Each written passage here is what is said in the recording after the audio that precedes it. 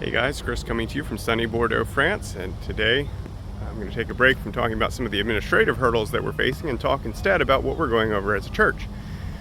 So in our little church plant, the series that we're doing right now is called Normal Church. So we are talking about what should be the normalizing behaviors that are within any church body. We're studying specifically 1 Corinthians.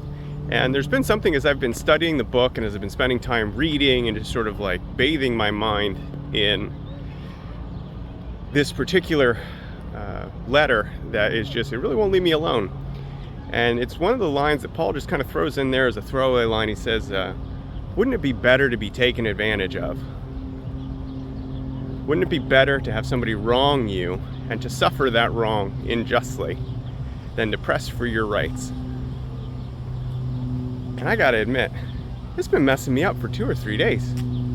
I really don't like being taken advantage of. I really don't like when someone wrongs me. It's uncomfortable.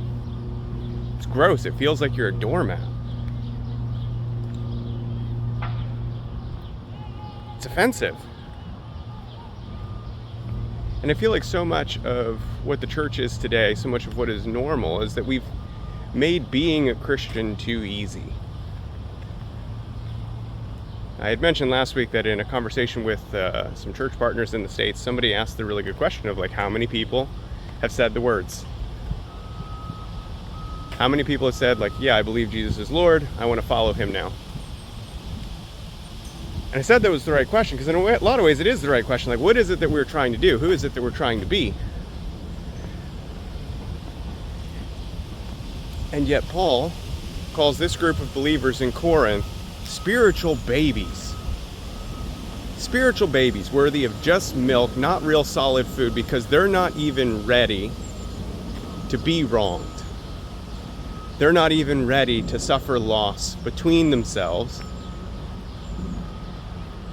And they have divisions and they're fighting with each other.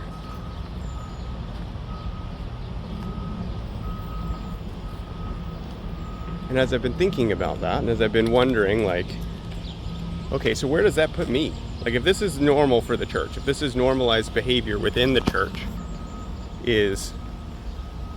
wouldn't it be better to suffer loss at the hands of the other people in the church?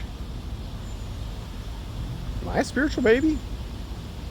I mean, we've left our country, we've left our family, we're in another land doing these different things for the Lord, but I'm still like really obsessed with my rights.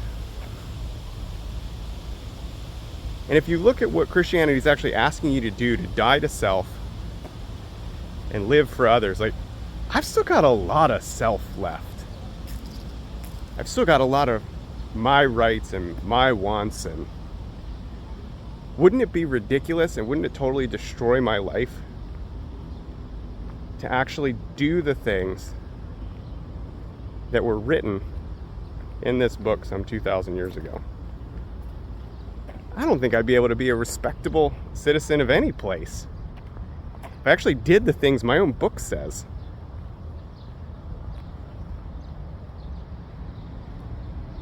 The question I often find myself asking every time the Lord reveals something like this to me is like, how much of me still needs to die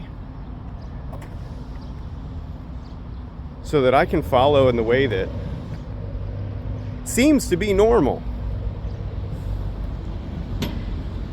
And at least the answer this week seems to be a lot. Maybe next week it'll be less. Until then, peace.